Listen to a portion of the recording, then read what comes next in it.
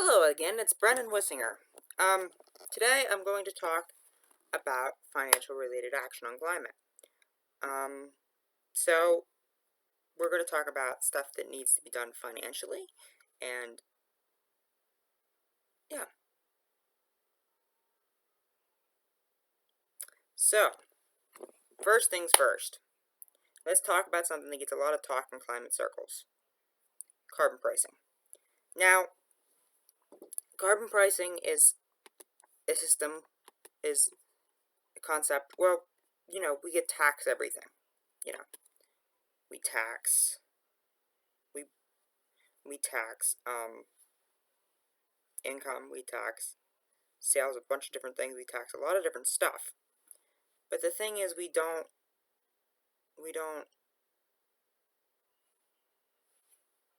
tax pollution, which is a negative thing. Why are we taxing positive things and not taxing pollution?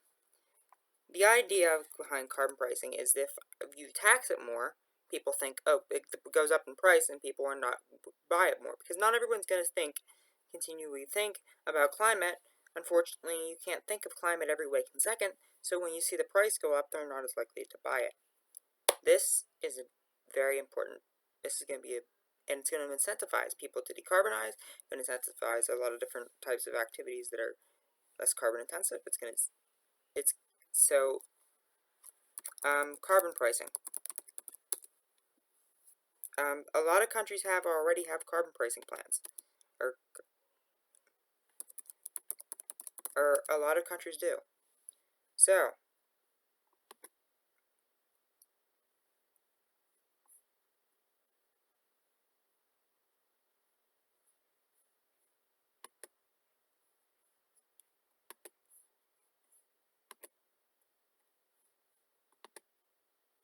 let's start off naming some of these countries. It's going to take me a while. Okay, so let's talk about the U.S. states of Washington, Oregon, California, and then pretty much all the northeastern states. New York, New Jersey's getting into it. The one, and Governor Wolf wants to get us into this one, which is RGGI, Regional Greenhouse Gas Initiative. It's a cap and trade plan. I'm going to go through the specifics here first. Cap and trade plan, you don't have to worry about ever paying it. Okay, hopefully none of these to worry about paying yourself. You might actually get money from them. So Maine, us is in that thing. Pretty much all the new northeastern states.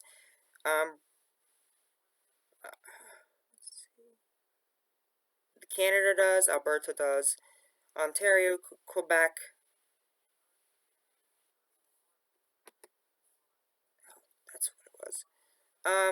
Virginia does. Well, Oregon doesn't. Excuse me, Oregon does not. Neither does Virginia, but they're thinking about doing it. British Columbia, Ontario, Alberta, Yukon, Nunavut, if I'm pronouncing it correctly, Quebec, Ontario, Newfoundland, and all of those Canadian, pretty much everywhere in Canada, every place in Canada, Argentina, Chile, Colombia, Mexico, Iceland, Sweden, Denmark, Finland,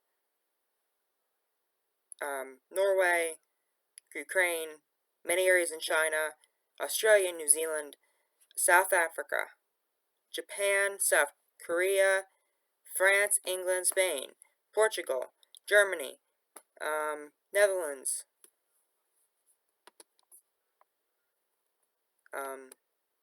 excuse me while I zoom in on Europe, France,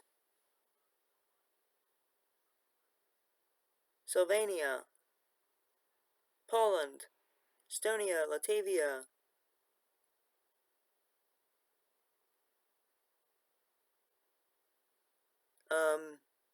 let's see, what else?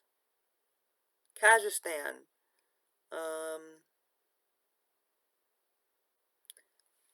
Switzerland, Austria, Hungary, Romania, Greece, Slovakia, Slovenia, Czech Republic. Yeah, all of those countries, UK, Ireland, Belgium, or Netherlands, all of those countries have these policies. A lot more thinking about it. Brazil's thinking about it. Cote d'Ivoire thinking about it. Single. Vietnam, Thailand's thinking about it. Virginia's thinking about it. The Northwest Territories in Canada thinking about it. Oregon's thinking about it. Colombia, Mexico's thinking about it. Well, Colombia and Mexico already have policies, and so does Chile, so does Ukraine, and so does Japan, but they're thinking about putting more policies in. So, and so does Ontario. So, a lot of countries have these. These don't limit growth. Okay? California has one. Okay, so let me explain what the difference. There's two types of carbon pricing. There's a carbon tax and a cap and trade. Now, let's talk about a carbon tax. Carbon tax is simple. Per ton of CO2 it's emitted, they put a tax on it. Put a price on it, which considering the per ton of CO2 there will be impacts of climate change. There is, that is a good thing. And we need to limit that. So this is limiting that, and then the other one is that the other one is and the price of that goes up at the price of the carbon goes up as time goes on, and sooner or later, and it makes things, per ton of CO2 it's emitted, they have to pay money toward that. Now I support carbon pricing, and because we need to incentivize going for green economy. The other type is cap and trade. Where cap and trade is a little different. They put a cap on the amount of emissions you're allowed to make, and then they lower that cap, and they sell permits to meet that cap, and then permit per ton, and then companies can have so many companies can buy permits from other companies and they can trade them. So one company may have 30 permits, another one may have 2. So that's a cap and trade system. And as the cap goes down, the price goes up, of the permits goes up. So personally I think carbon pricing is not a silver bullet. It's not a silver bullet. It's not one thing done. It's not going to fix it. It's only going to incentivize people to use less greenhouse gases. And corporations, of course. That's mainly them, because they're responsible for most of the warming. So corporations are responsible for overwhelmingly for the amount of warming that's for the world. So especially fossil fuel corporations. So let's talk more about this. What was I going to say? So I think that we should do. There's also, you can get dividends from it, and instead of using that for something like, for example, green energy, they can return the money back to the people.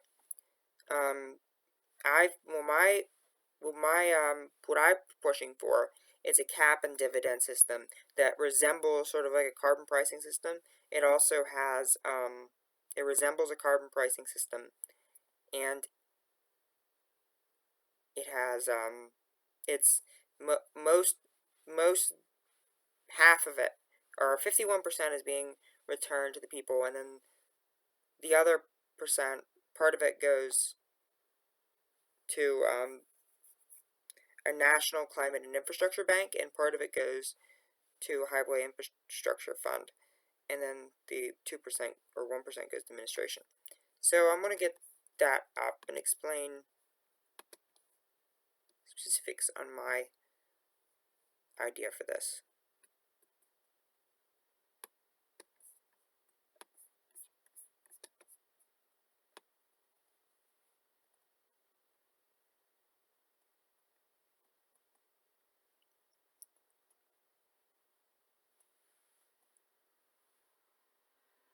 And if you say, well, what about other countries? You know, they won't be able. What if other countries start taking jobs and stuff because of that? Well, that's one thing climate duty or carbon border adjustment is for. Different organizations are pressuring Congress on this. For one, Citizens Climate Lobby is pushing for a cap of carbon fee and dividend, which is a carbon tax of a dividend. They're pushing for that, and I'm a member of Citizens Climate Lobby, and I support that. I support any. I support a lot of, well, not anyone, because there's some that aren't actually for stopping climate. They just seem that way. Not in Congress that I know of right now. And they're gotten some bipartisan support, at least to the last election. They have one Republican supporting the bill right now in the House. It's HR 763. So if you want to go look it up, there's the number. So carbon pricing. So first, I want to it's my plan is a cap and trade system, but it acts like it sort of acts a little bit. It's a hybrid, actually. It's a little bit of a hybrid between a cap and trade it's a hybrid of, it's dividend, non-dividend. It's a hybrid of cap and trade and carbon tax. So first, with targets, a 36 reduction in emissions by 2025 from 2005 levels, a 50% reduction in emissions by 2030 from 2005 levels, a 75% reduction in emissions from 2035 from 2005 levels. Actually, I should update that to being a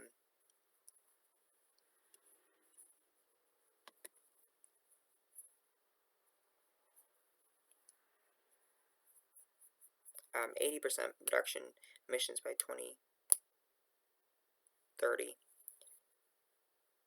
or at least 55. So, a 36 reduction in emissions by 2025 from 2005 levels, 65%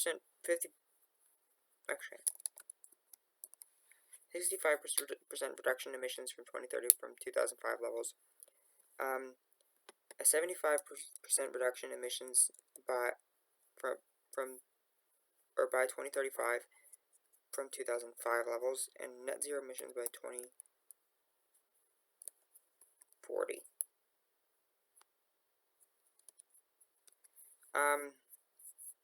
Permit prices, $15 to $40 per ton for energy in industry and buildings.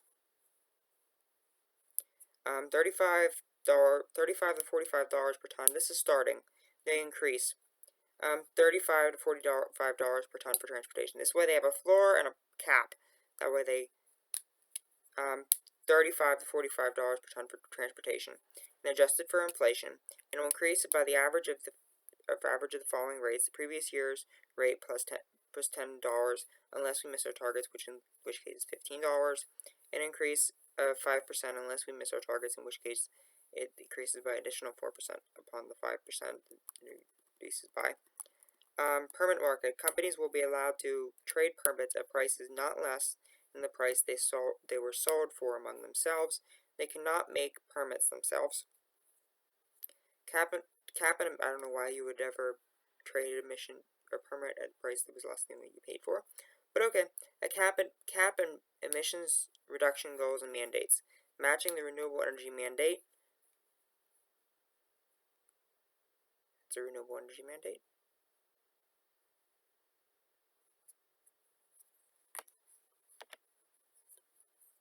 Excuse me while I fix all of this.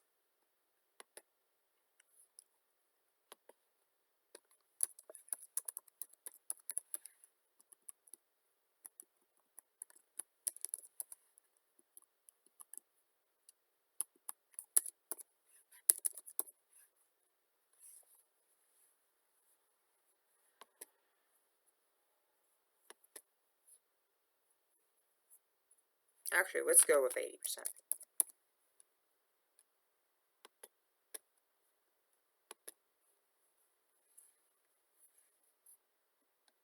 Okay.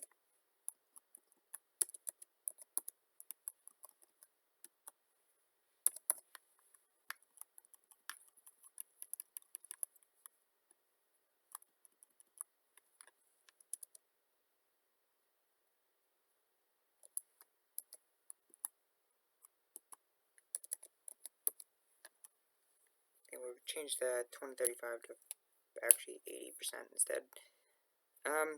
Requirement to stay below 2019 emission levels.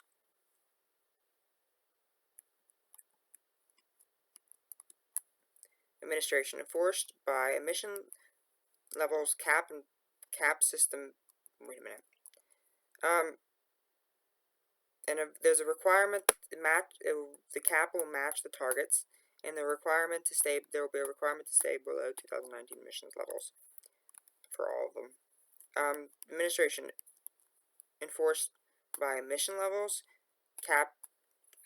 emission levels, cap system, and permits are enforced by the Environmental Protection Agency with consultation with the Internal Revenue Service.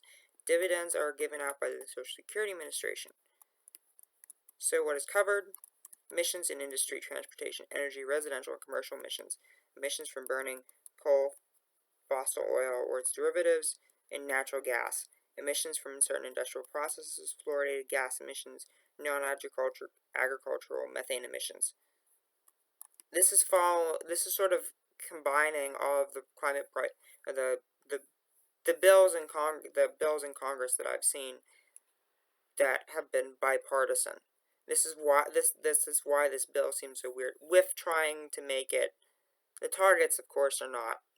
I'm not sure if the targets are a little heavy, but that's one of the main things that we need to get this thing to pass, or get climate change stopped. So we need to have that.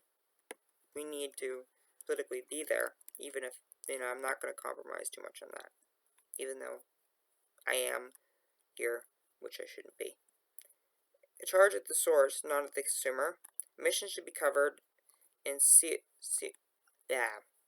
carbon dioxide equivalents. Non-covered emissions that will be directly sequestered in a permanent manner. Domestic agricultural emissions are not covered in the price. They are covered in the climate duty. Military emissions. I'm just going by what CCL says, or CCL's bill. So, revenue, 51%, their bill returns all of it to the people. But also a lot of Congress are saying that we want something done with it, climate-wise. So here's my thing for that. 51% in carbon dividends are given back to people in reverse income order. So that means that the poorest people will get the most income, the richest people will get the least income from it. And that would include some people will get more money from it than they would lose. 22% for the U.S. Highway Infrastructure Fund. 1% for administration, because according to one of the Republican bills I've seen, there's carbon pricing bills in Congress that are led by a Republican, or have Republicans.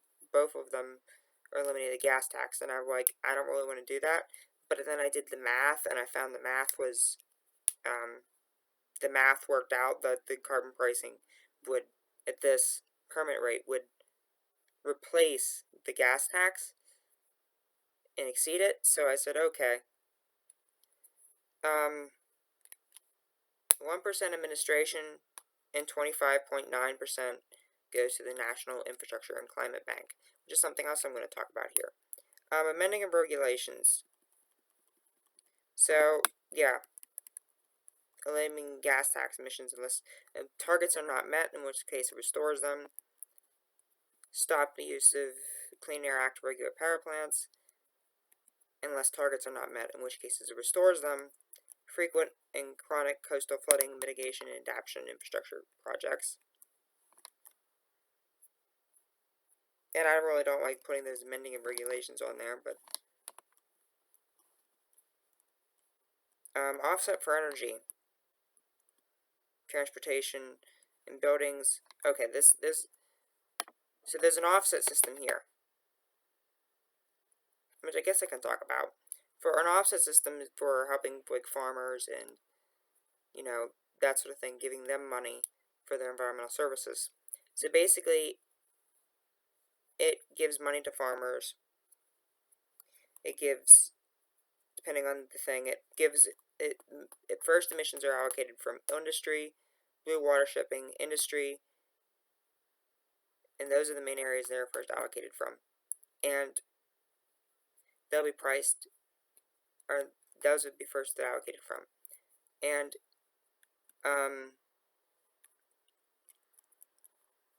so those will get first dibs, and then everything else. And it will go by similar carbon or similar prices that were used in the earlier part of the act. They'll actually be a little less, but not much. They'll be around $30,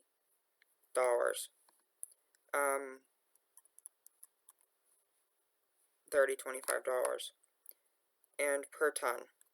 And so, yeah. And it has to be a federally certified offset. And which a federal certified offset must capture more CO2. This is a new thing. Capture more CO2 than it is released on the property. The property must be not, and it must not be a natural asset, which means it can't just always be in there. You can't just say, oh, that forest outside my window, I'm going to use that as offsetting, because it's always been there. If it's always been there, then, it's been there during the industrial thing, then you really can't, that's ridiculous. You're not really offsetting anything. Because it's already offsetting stuff since it's been there. So it has to be something that's been, the sequestering ability has been created or improved. And then it has a carbon border adjustment, which will be placed on any country that does not have a carbon pricing equal or higher to the U.S. And it could also be put on different countries by choice. The basis for this would be the emissions in tons of CO2, including land use, multiplied by the cost of permits, divided by the GDP of the country, multiplied by 100 to make a percentage. Additionally, if the country does not have a carbon pricing, they will pay the full price of the tariff. If the country isn't abiding by their Paris agreements, they'll pay a tariff of 5%. If they are not abiding by their Paris goals, they will see a 2% tariff. They might have to tariff ourselves. Trade agreements addressing the climate test can overturn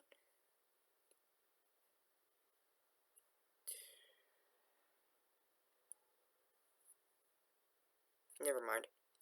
That shouldn't be in there.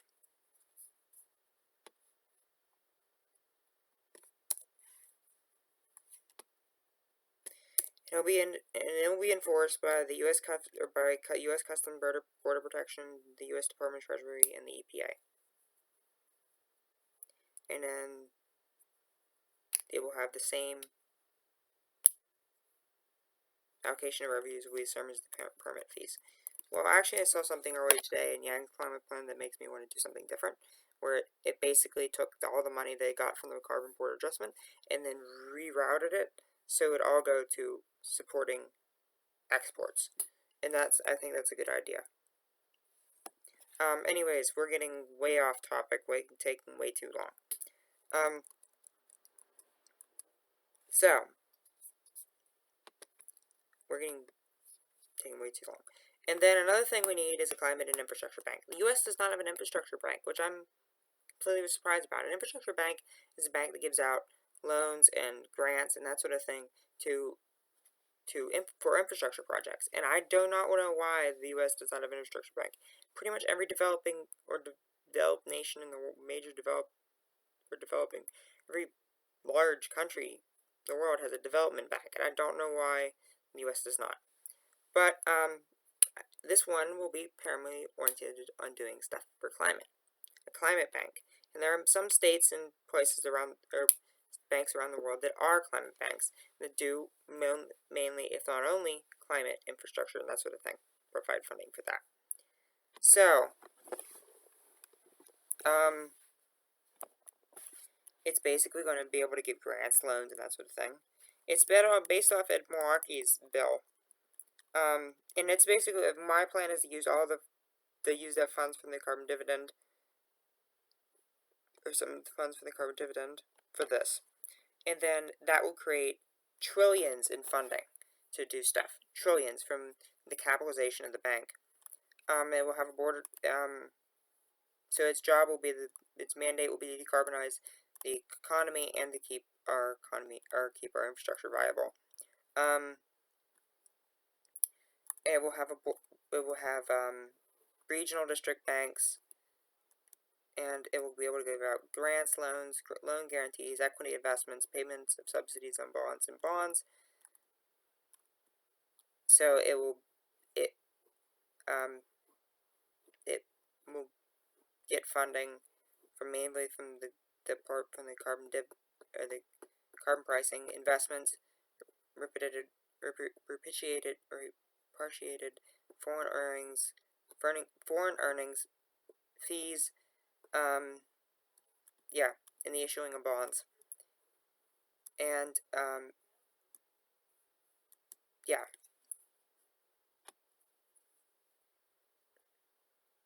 So yeah, that's the thing for that. Okay, so we need a climate bank. We need to, because of the billions of funding, it's best to have a climate bank to help with this. I mean, we're going to have to spend billions and trillions. We're going to spend trillions of dollars on this. That's what it's just going to take to do it. And having that would be a good idea, but also doing it just from government and focusing on also having tax credits, grants, stuff. We're also going to need to do that. So one thing we need to do is disclose the risks of fossil fuels. Fossil fuel, there's currently a court case going on against Exxon because it didn't disclose it to its investors the risks of fossil fuels.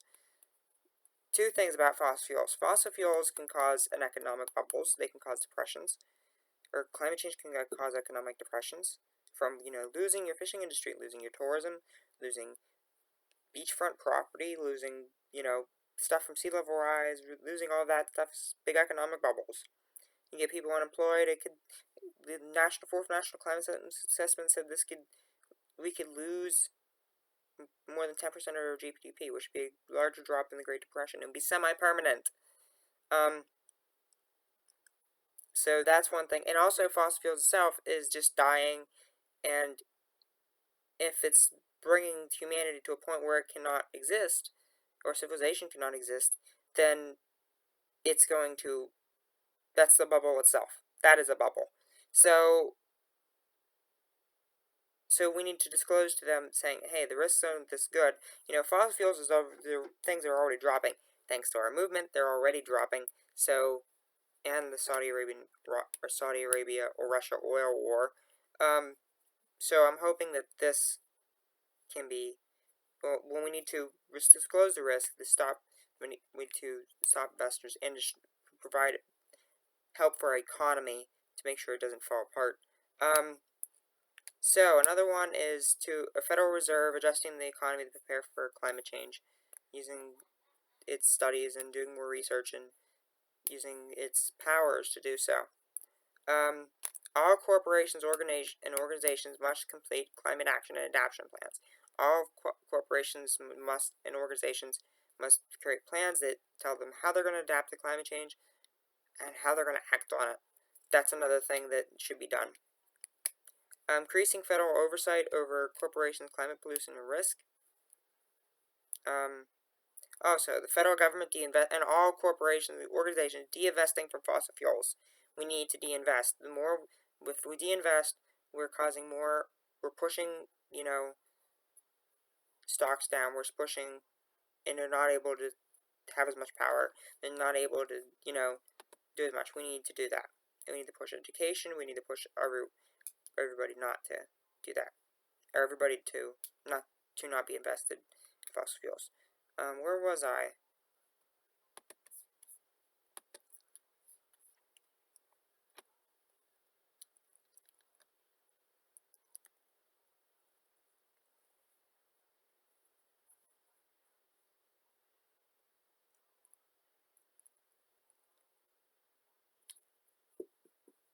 Oops.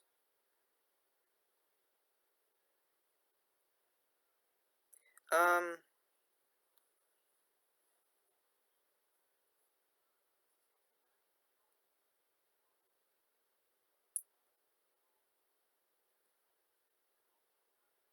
So, first off, we need to.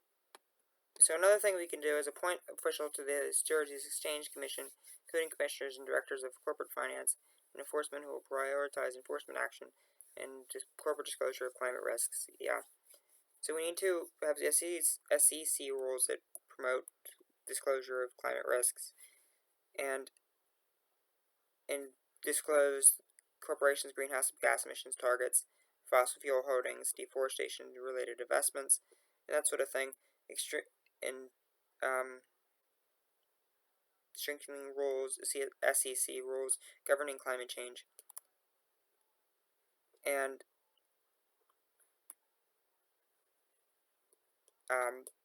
supporting the investors' ability to file shareholder proposals focused on climate change.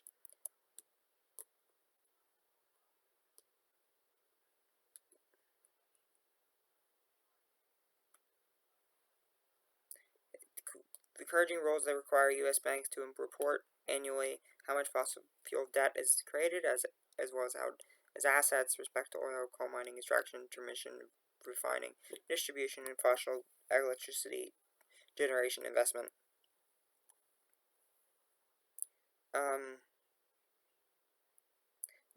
Reforming reserve-based lending and debt structuring rules to recognize carbon restraints.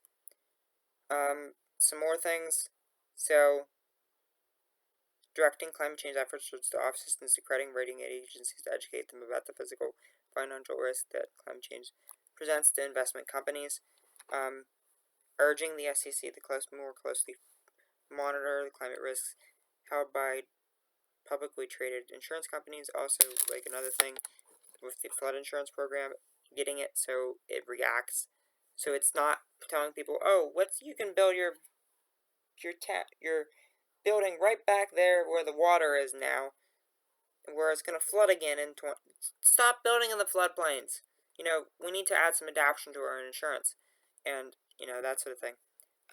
Directing the the Financial Stability Oversight Council to study climate risk in the financial system, implementing recommendations from that panel convening in 2019, review the risk of and avoidance of measures if climate-related impacts on the financial system, coordinating updates to modeling and capital stress testing rules in order to better reflect the physical transition and risk exposure of banks, security dealers as a result of financing fossil fuel-related assets, advocating for the Federal Reserve. I think they already did that. They've joined the greening financial system. I think they did, but I'm not sure. So yeah, we need to have a lot of policies. We need to pressure universities, our schools, and corporations and organizations to stop investing in fossil fuels. That's important. Mike Morgan Chase is the biggest fossil fuel investor in the world. We need to push banks to not stop bankrolling and funding fossil fuels. We need to stop that. That needs to stop, and we need to work on stopping climate change in that way. Okay, thank you for listening to me ramble on about financial stuff and climate change. Well, let's divest and divest from fossil fuels, and let's do stuff for climate, and see ya. Thanks for listening. Bye.